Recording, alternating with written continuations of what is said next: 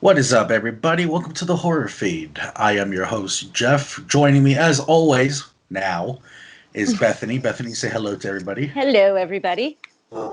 And today, guys, we have a very special guest, another interview that we have been working on. I hinted on it in our last video. The man right here that you see with us is Mr. Roberto Lombardi, just like the trophy. Just and And this man right here, guys, he is awesome. He is a part of the Krueger Tales from Elm Street series on YouTube. If you have not watched it, what the hell is wrong with you? Go check it out. It's freaking amazing. Literally the best Freddy Krueger we've had since Robert Englund, in my opinion. No offense, Jackie Earl Haley. So welcome to the show, sir. Thank you. Thank you very much. Glad to be here. We are glad to have you, especially this one over here. Bethany is a huge Freddy Krueger fan. Oh, yeah. Robert would be when happy I told to her, hear that too. oh, he was when we met him. Yeah, he talks a lot, right? Oh, yeah, yeah. Oh, yeah. And when you're staring at him and you're like all happy because, you know, idol and everything. And yeah, he could keep the conversation going, which is good because I froze just a little bit. Okay, so let's just jump into everything right now. The first question that I want to ask you, and we're going to be going back and forth tag teaming you on this, I apologize. But Okay. So what got you into acting? Like, this is one of those questions that I like to ask everybody because I'm always curious about your guys' stories. So what got you into the career that you're into? Actually, my dad has a lot to do with it.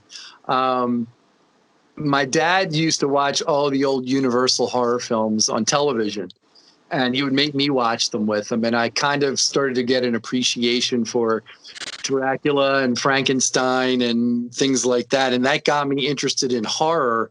But later on, just seeing some different things in theaters and everything, I just thought to myself, you know, I could do this. If I really put my mind to it, I could do it too. So one thing led to another. I started auditioning for things in high school, and next thing you know, I'm an extra in a movie, and then the next thing you know, I'm getting smaller speaking roles, and then it kind of steamrolled from there. But yeah, definitely dad. Definitely, I mean, You're like, thank never you, Dad. a bad thing. I was wondering how you actually got the role for the Krueger series. I have been working with the director for a while. Maybe since 2007, I had been working with him on and off steadily.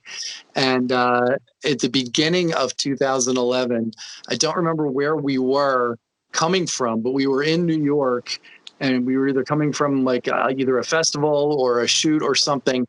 And he said, I'm thinking about doing an origin series about Freddy Krueger. Do you want to play Freddy? And I was like, oh, let me think. I've only been a fan of this series since 1984. Yes. Well, one thing I was really wondering, because since you've been a fan for a long time, and you know how you're a fan of horror, you know how horror fans can be. Yeah. Were you nervous taking on that role with how the fans may have reacted? Did you feel a little nervous that they were going to shun you for it? Because, I mean, some of them can be very cruel. A lot. I was very nervous. I didn't think we were going to do a bad job on it. I thought we were going to do everything the best of our ability to do it. But exactly what you just said, I figured when we did the first one, it was going to come out and at least 50% of the fan base for Elm Street would hate me. Just not because they thought I sucked, nothing, just because I dared. Wasn't Robert Englund. Yeah, I wasn't Robert, and I dared to step into the role because I saw the backlash that Jackie Earl Haley got. Not that this was on the same level as that, and that's a Hollywood feature film, but you know, still, you're stepping into a character that people love and that people, you know, grew up with, and then all of a sudden, you know, who are you? Why are you even attempting this? But I figured that 50% of the people, or at least, were going to be like, No, dude. And So luckily, it didn't turn out that way. Luckily, No, you actually got a lot of support from the fans. A lot even saying that if there is anyone to pass the torch to, it should be you, just because it fit the role so well. yes, and that was really appreciated and surprising, and definitely for all of us. yeah, no, I remember watching it. I remember watching the Krueger series, and I was like, I'm gonna give it a try because like Bethany, everybody who watches this channel knows how I feel about Jackie Earle Haley. Like I love Jackie Earle Haley, but that movie was god awful. And so when I watched the Krueger series on YouTube, I was blown away because it's something that as a fan, it's something that I've always wanted to see. You know, we get to see Freddy as the dream demon doing his thing and all that, but I wanted to see what led up to all of it. You know, I wanted to see that side of him, and that series delivered it perfectly. And like when I was watching it, normally, like when I watched the remake for Nightmare on Elm Street, I was like, this isn't Robert Englund. This Yeah. isn't Robert Englund. But when I was watching the Krueger series on YouTube, I didn't catch myself even thinking that. I was just like, I like this. And like I enjoyed it very much. So even though that remake of Nightmare might have been a Hollywood production and not a very good one at that, like what you guys did on what I'm assuming is a hell of a lot smaller budget was Oh just yeah, absolutely phenomenal. yeah. Like you took that role and you made it your own. And like we're like all horror fans, like we're skeptical on certain things. Like you could put somebody else behind the Jason mask and it's whatever. Same with the Michael Myers mask to an extent, but with Freddy, that's like royalty pretty much. And you absolutely delivered on it. So I just wanted to say that real quick, and I wanted to say bravo because Yes. absolutely Dude, phenomenal. thank you Absolutely. very much. It was Yeah. really a little scary, and I didn't want to just flat out copy Robert. Although I will admit, in the very first one, we were kind of doing more of an homage, and Yeah. even to the point where like we colored my hair so that it was looked more like Robert's hair did in Freddy's Dead. But we quickly realized that really wasn't going to work, and that to really make it our own, I should just do the part the way I would do the part.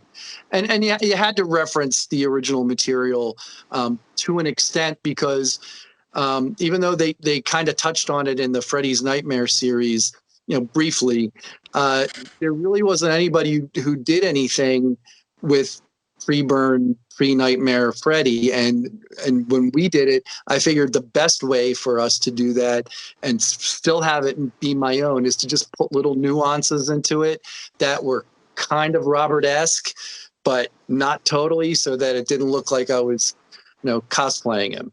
And nothing wrong with cosplaying. Cosplaying is great, but as an actor, I didn't want to just do what another actor did. No, you want to bring something a little new to it, a little bit of just yourself. And I think you did a really good job doing that, because I did notice there were some things like the laugh. You pegged the laugh really well. I was like, okay, that's Freddy right there. Yeah. But then you added a little bit of more creepiness in some aspects, a little more like of, like a sociopath kind of feel to it. And I think it worked out really well.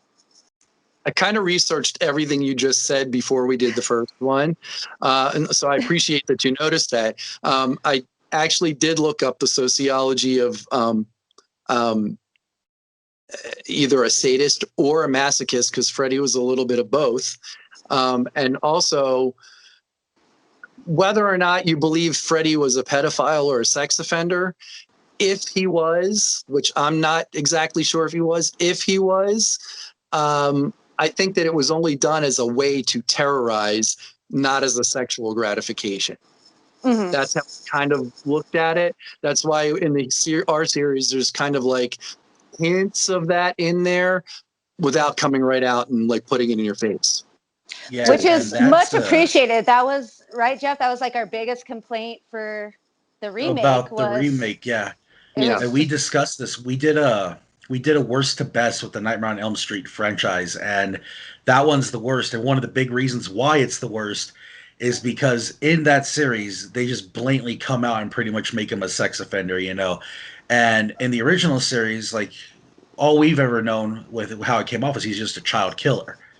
Yep. And so that's one of the And reasons like that, why, yeah, and like that, it was like maybe a small hint to like it, which is hints. what causes that. But it wasn't like, hey, let me just ram this down your throat Yeah. like the remake did. So, and that's what we really appreciated about this series is it wasn't heavy on that aspect.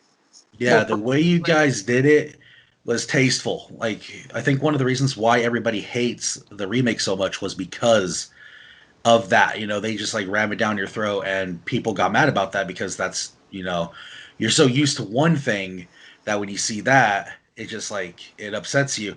And with how you guys did it, just how you're explaining, it's like you guys drop like set a little hints, but it leaves it open to where is he a child killer? Is he this? Is he that?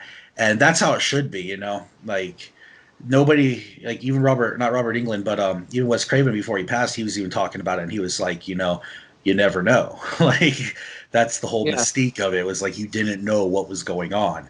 So no, you guys do that perfect. Like that was one of the other things that I really enjoyed. So Thank you. again, Thank you. bravo. We kind of really went with that in the second one specifically, with the little girl on the swing. Once he Yep. gets her back to that his basement or his boiler room, he kind of taunts her, and it's in a pseudo but not really sexual way.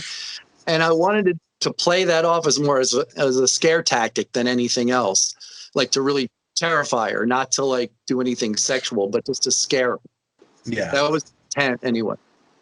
And it was well done because when I was watching that, I'm a parent. So when I was watching that, I was like, oh my gosh, my kids are never leaving the house. That is terrifying. So, no, I think all the research you did is perfect because it worked really well. And then I did love how you did throw in a lot of what Freddy brought, you know, with the creepy laugh. The laugh was almost perfectly matched. That was awesome.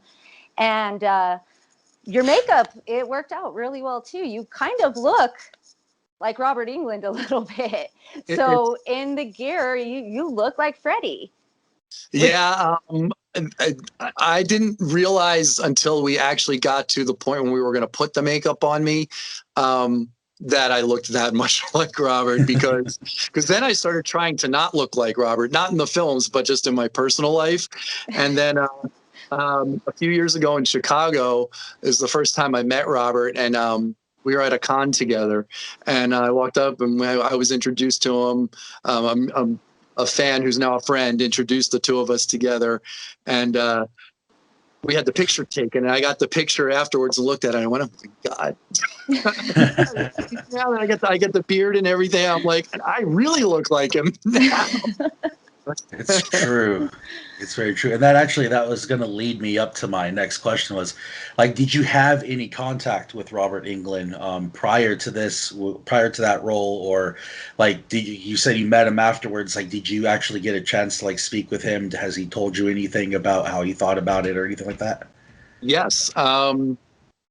Before I had the chance to meet him in Chicago, I think this was in 2017, fans were sending him links to the movies.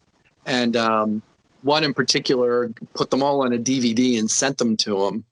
And he had been asked questions about the series several times. So when I actually got to him and it was introduced, he looked at me and said, I know who you are. You're That that is guy. awesome. I was like, yeah, I'm that guy. Yeah, he knew who I was, and he had seen the films, and he said that he liked them and that I did a good job. And that was probably the cherry on top of the cake for the Krueger series for me, is that when the guy who originated the role comes to you and says, good job, that's nice. Yeah, that's it. Yeah, it's kind of a big deal. Yeah. It's like the biggest thing you could get. I would think like, oh man, I would die. Yeah. Right. Yep. So with that, if you were ever asked to be in the role of Freddy again in, a bigger production, another remake, whatever, would you take that role? You mean a Hollywood picture? Oh yeah. Oh yeah. Well, I don't want to just jump right off the bat and say yeah. I mean, my instinct is to say yeah, but I would have to read the script first, and it would have to be a good script, and it would depend on what it is. Is it going to be another film in the series? Is it going to be a remake, which has already been done? Are they going to continue with where Freddy's Dead left off and go from there? Is it going to be another Freddy versus Jason, or is it going to be a prequel? Almost all of those things appeal to me if the scripts are good. A straight up remake of the first movie really doesn't appeal to me. I can tell you that. Because it's been done, and I mean the original is great. I can honestly only say one thing in the remake I thought was done better than the original movie, and that's Marge's death at the end of the movie. Yes. Other than that, and I kind of like the part in the pharmacy where the dream state where you like it kept going. I kind of like that too. Everything else, no. No, I definitely like that because like I think we were talking about it too. We were like, we would love to see a prequel, or we would love to see like the next generation type thing, you know, where he comes back and now he's like going for a new generation type thing. So that's great, and I agree with you. Like that movie does have some saving qualities. Like that pharmacy scene is probably one of my favorite scenes. Just like the in and out between the dream and the pharmacy, and just that whole thing was just beautifully done. So I definitely agree with that. So my next question is, and we're going to actually steer away from the Elm Street series real quick. A lot of people may or may not know that you actually have done a lot of different horror like series and movies and things like that. And one of the ones that is extremely popular is Masks. And I wanted to ask you about that. Like, how'd you come into that role, and like, how do you feel being a part of that? Because that's so popular right now, which is like really freaking cool. The director I did not know in advance. Chuck Chrisman, I didn't know him in advance. I worked with one of the other actors in the who was in it, Anthony Horton. I had worked on another project with him, and when Chuck was casting Masks, he suggested me to Chuck. Anthony did. So I met with Chuck, read this. He sent me the script. I read it, and I thought, wow, that's pretty good. That's pretty creepy. The idea of wearing a mask, but the real mask is not the one that you're wearing over your face. It's your face itself, which is basically the twist of the movie.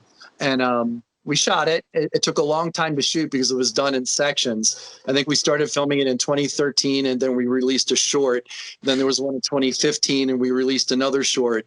And then there was a part 3. And then after that, we kind of put them all together into like almost an hour long film, which premiered in 2019, I believe. And it did really well. It got onto the festival circuit. It did well in festivals. It won some of the best awards, and I was happy about it because we put a lot of work into that film to just get the right people in it, to get kind of, and not just in front of the camera but behind it. The cinematographer Wendell Ralston he's amazing. So I was happy that he actually won cinematography awards for that film. So, and since then, more than that too. But yeah, Masks is a really good. It's going to come out on DVD or Blu-ray pretty soon. Oh yeah, pretty soon. Oh yeah, that is definitely going in the collection. Definitely. Beth, if you haven't watched Masks yet, I strongly suggest it. Like, it is. I have not seen that one yet, so it's awesome. Whoever hasn't seen it yet, look it up, watch it. It's like, I love it. I really do. Then another one I wanted to talk about, and this is one of the newer ones. Like, I don't know a whole lot about it, but it was brought to my attention. The Head Case Murders. Yep. I wanted to see if you could tell me a little bit more about that, because I know that's like one of your more recent projects, correct? Yes, that is a whole universe of characters. The director, Anthony Spadaccini, who's very dedicated and very talented, started the Head Case series. Wow, I want to say in like, I don't remember when they started. I want to say 2007 or 8. And I first came into the universe of that in one of the films called, what was it? Head Cases, Serial Killers in the Delaware Valley, where I kind of cameoed in it as a detective, Joe Moretti, who was tasked with solving these murders, the different murders that were going on, and I can't do it. The series goes on, and it also branches out into another series called Viscera. And there's another film going to come out called Visceral after that. And I'm going to be in all of these different films. Head Case Murders is in, it's like in pre-production right now. With the pandemic and everything, it's really hard scheduling this stuff. So it's kind of in the works right now, but it's going to continue on and wrap up the entire Head Case series and the Visceral series as well. Oh, that is going to be awesome. It's kind of found footage and kind of not found footage. It's kind of both mixed together, and it focuses on a set of serial killers that work together. And there's a lot of twists in it. Again, that series has won a lot of awards too, and I'm really excited to get working on it again. And Anthony's just great to work with. You can check them out. You should check them out. They're a little brutal in places. I'm definitely going to. So a few more questions for you. I don't want to take up too much more of your time. Sure. I don't know if Bethany has any other questions as well. So, and one thing I wanted to ask you with COVID now, the restrictions for COVID slowly easing up and people are getting back into like going to conventions and everything else. Is there a chance we're going to see you at any of the upcoming horror conventions that are coming up starting next month onward? I don't know about next month, but onward, sure. There's a couple of them that I've been interested in either attending or being a guest at that I would absolutely go to. I've been fully vaccinated. I'm happy with flying and showing up at places. So, yeah, I would definitely do that. Any ones in particular you're thinking of that you're going to go to? One big one that me and her, we advocate a lot of on this channel is Texas Frightmare Weekend, which is out in Fort Worth/Dallas area. We go every year, except for like last year, obviously we couldn't go. And that one's in September. That's all I was asking, because it would be awesome to see you out there, and like we're all excited. Like we've been waiting for this. We've been waiting for these conventions to come back. I'm going to another one at the end of next month in Houston called Houston Fan Horror Show. I can't remember the exact because it's such a long name, but I'm going to be out there as well. But it's cool. Like if we can get you out at these shows, man, like spread the word and try to that's the best way to network is spreading the word to everybody else. And we got to get this man as Freddy Krueger in a movie, man. It has to happen. Like I'm going to start a petition. Once already.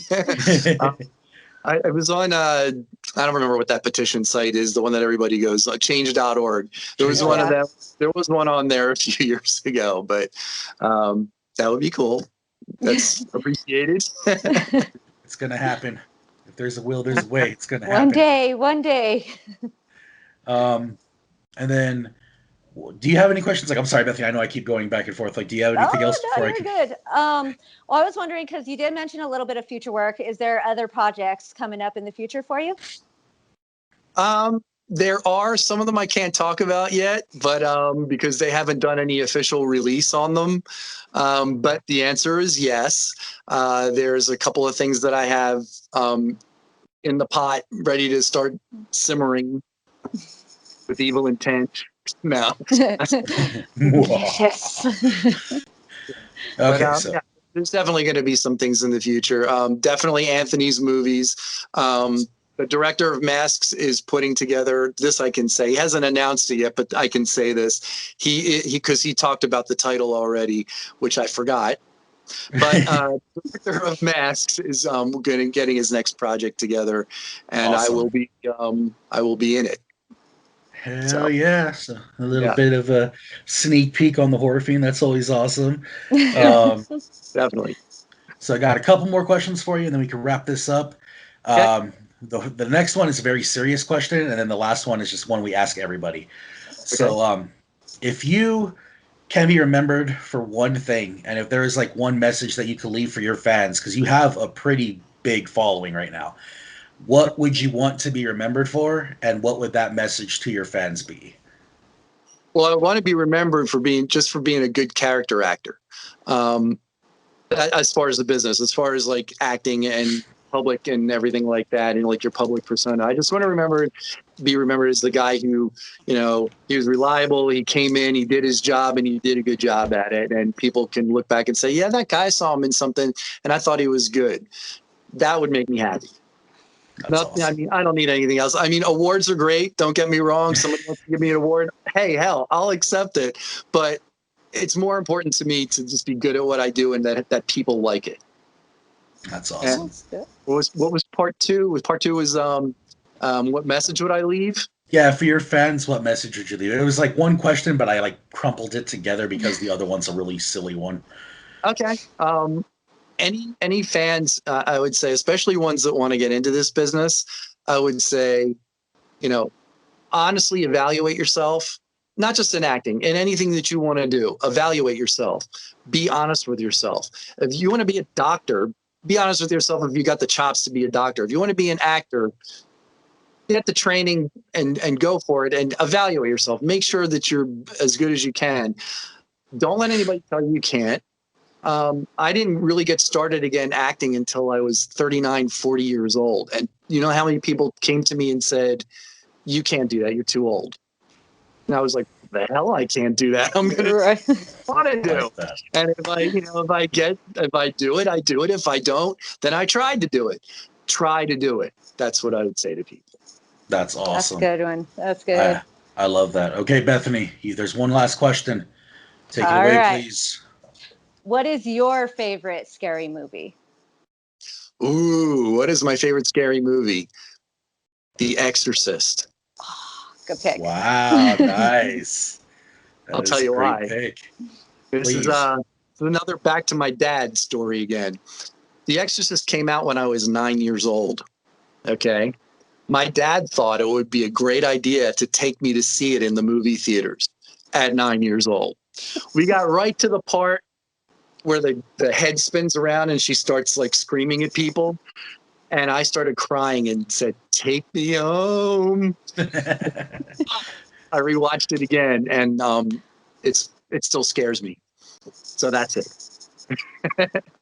That's a great reason, honestly. Like The Exorcist, I think we've gotten that answer too. So The Exorcist seems to be winning right now as far as like everybody's favorite scary movie, because that movie, I mean, it's phenomenal. It's a top one. It's good. It's a good movie. It's weird. Really the scariest part for me is right when Father Merrin shows up at the house and it's all foggy outside the house. And then it kind of fades into just her eyes at the top of the screen. It scares the shit out of me. No, I completely understand. Like that. Like that's just well shooting. That's just how they did that, how they chopped it up together was perfect. And that's usually how it goes. The movies that scared the crap out of us when we were kids, those are the ones we love the most now. Yeah, definitely. It's true. Like with me in Halloween, like Freddy, I mean, yeah, he was a supernatural force, and Jason was like an undead mama's boy. But like Michael Myers, it's like that could literally happen, man. It was just like this babysitting killer or babysitter. I said babysitting, I think. Yeah, but this babysitter killer just like out of nowhere just snaps and is like killing people, before all the backstory and everything else. Like as a kid, that scared the unholy hell out of me. I was like, man, I don't want no babysitters. What I thought was scary about that is like with the original John Carpenter movies, it's just never explained why it happened. And that makes it all more scary to me. Yep. Exactly. That made me smile because that's exactly how I feel about it. Yeah. But I think we're done with the interview. I think we're wrapped up. Is there anything else you wanted to say, Beth? Just thank you so much for coming and talking to us and letting us pick your brain a little bit. Yes, I greatly appreciate it. Thank you for agreeing to be on here. It means a lot to me. I know we had to reschedule because of the mishap. I appreciate that as far as the rescheduling. But hopefully we get to see you soon, man. I would love to see you at one of the shows. Hopefully we see you in many more roles because you're awesome, man. There's no other way to say it. You are freaking awesome. Thank you so much. I really appreciate that. Thank you. Okay, guys, that wraps up this interview for The Horror Fiend. I'm Jeff. I'm Bethany. Until the next video, guys. Later.